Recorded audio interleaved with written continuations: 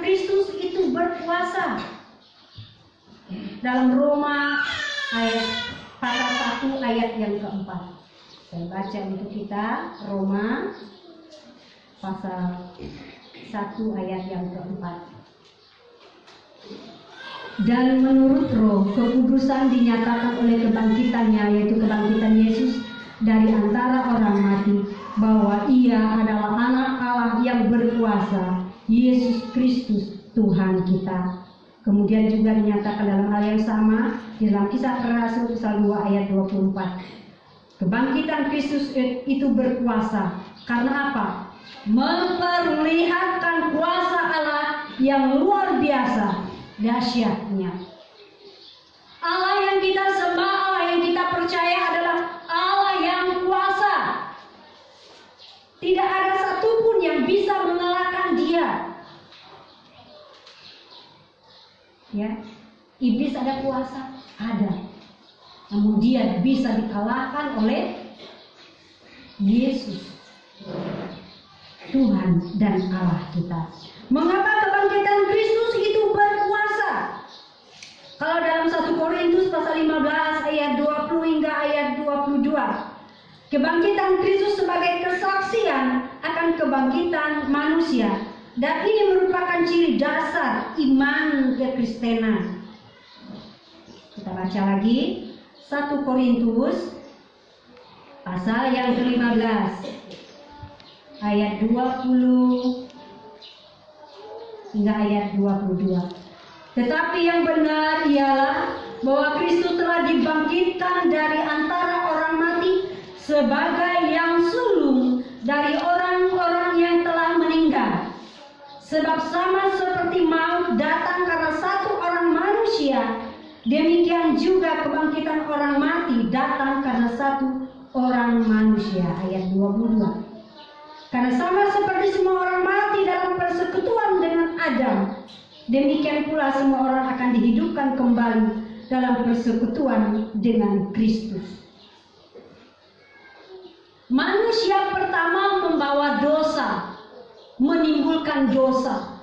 Itulah yang membawa kematian bagi seluruh manusia.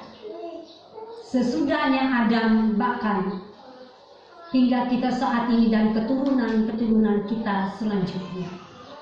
Supaya kita kembali hidup, harus ada orang juga yang pertama dan satu-satunya bisa mengalahkan maut, yang juga mati kemudian bangkit. Yaitu siapa? Yesus Kristus Tuhan, yang kita percayai, yang menderita, yang mati di kayu salib, dikuburkan, mati, 3 hari kemudian bangkit. Ini menunjukkan bahwa apa yang terjadi di dalam pribadi Yesus itu menyebabkan kesaksian.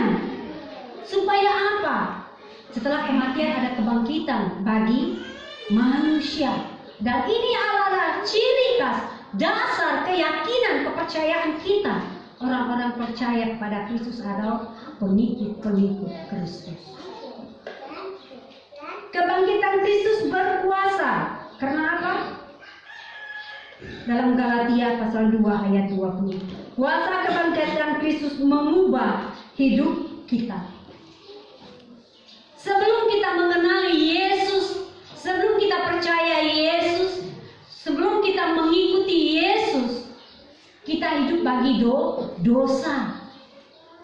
Karakter sifat daripada dosa yang tidak berkenan bagi Allah.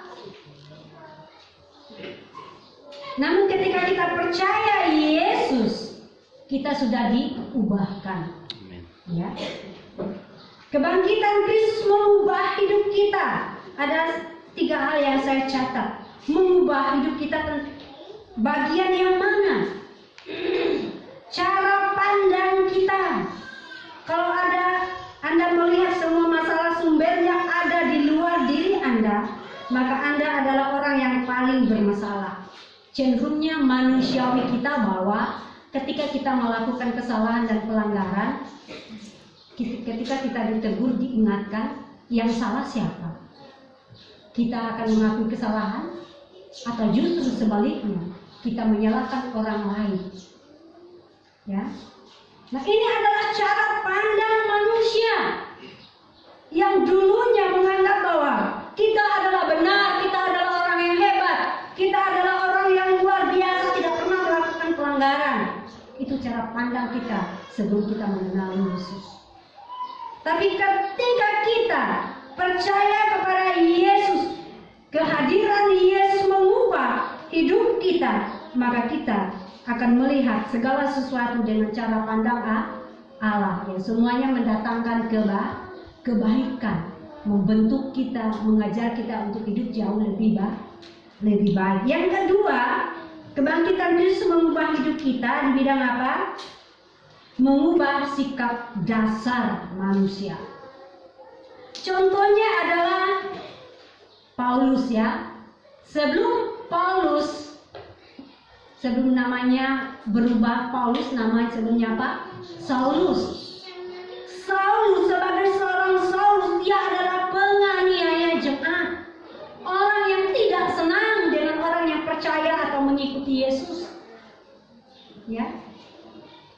Apakah dia tahu kebenaran? Dia tahu kebenaran, dia hafal Taurat. Dia melakukan dengan taat Taurat itu. Sehingga dia menolak kehadiran Yesus dan pengikut-pengikutnya. Nah, kemudian ketika Saulus berjumpa dengan Yesus Kristus, itulah yang menjadi perubahan yang total dalam hidupnya. Dia tidak lagi menganiaya jemaat, membinasakan orang-orang percaya, tapi menjadi pengikut Kristus yang hebat. Yang dulunya dia tidak disiplin untuk mengerti dan memahami, dia belajar mendisiplin